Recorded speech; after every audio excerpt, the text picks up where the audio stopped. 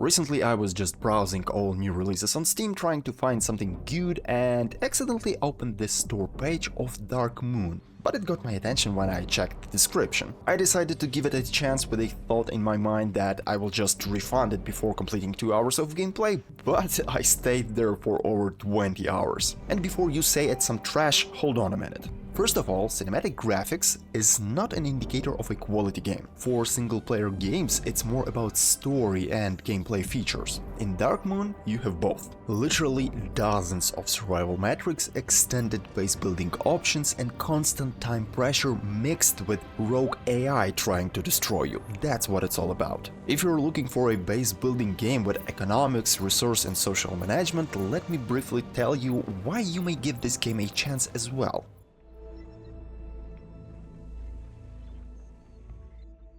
The story here is simple and the goal is clear.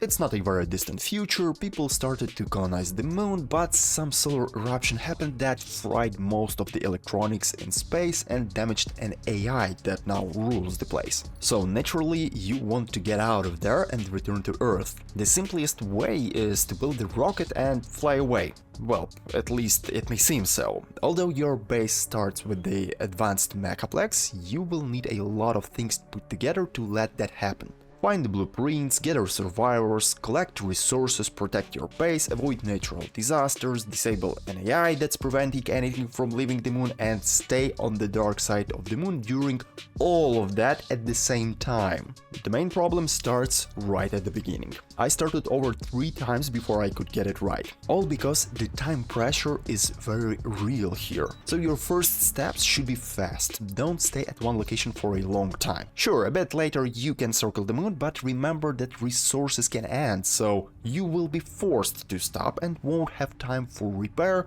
or even oxygen refill. Moreover, don't forget that all of that is tied to your crew. People with their characters, skills, factions and nationalities. Yes, even nationalities may play a role here. Not direct racism, but still.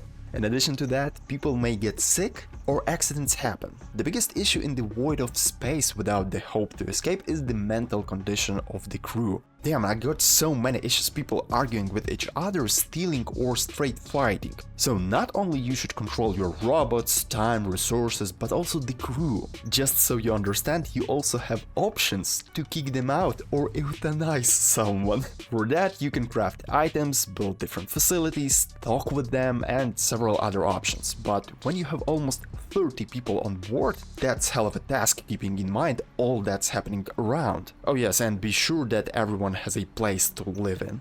So you have to craft drones to gather different resources, complete tasks in the area, check up on your people and do all of that in a very limited time. That's a good thing that you can stop the time or enable X2 when needed for all of that. But imagine that you're running to another side of the moon to have maximum time to clear the area with ease. Forget it. On your way there can be multiple random events happening. From an unknown distress signal that you can ignore, hidden treasure that you may be interested in, to some crazy drones trying to attack you. And when you finally arrive and think that you have 18 minutes left, the report comes that in just a few minutes there will be an asteroid storm. So you have to decide now whether to stay but then fix basically everything, spending a ton of resources, or leave, which adds wear and tear to your mechs, and circle the moon once more to complete the missed task. When it comes to maintenance, crafting, building, economics and social relations, you have huge possibilities which direction to choose or how to develop your system. First of all, research of technology, then gathering proper resources, finding new mechs as they have a limited space for buildings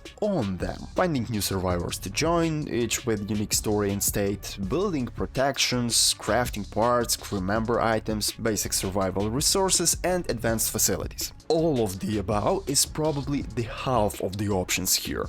You see, this game has no classic dialogues with voiceover. This allows you to add as much text as you want in-game. This means that here you have a variety of answer options for most interactions. When communicating with your assistant robot or the crew, you can decide how you want to act in certain situations. This has a direct impact on the outcome of the game. For example, once I got a random interaction that one crew member somehow brought animals on the ship and they escaped, which potentially could cause electric wiring damage. So you have to decide if you want to send everyone to look for them or just hope for the best.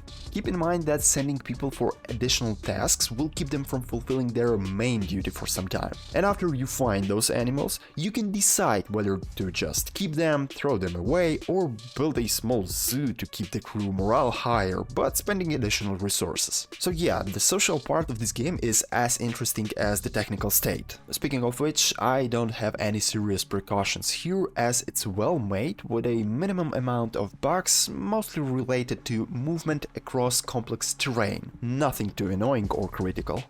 I was pleasantly surprised about how much content this game from a small gaming studio has. So here you have your own base of any size that you want, take as many people with you as you want, tell them what to do as you want, but consider that they may rebel, collect as many resources as you need or want, and do all of that in any way you want. In the end, you may leave the moon or stay and regain control of it. After all, we still don't know what is the situation on Earth as the communication is cut. So yeah, this game has potential to take a couple dozens of hours from you at least. For such a small price, by the way, I would say that it's totally worth it. What do you think?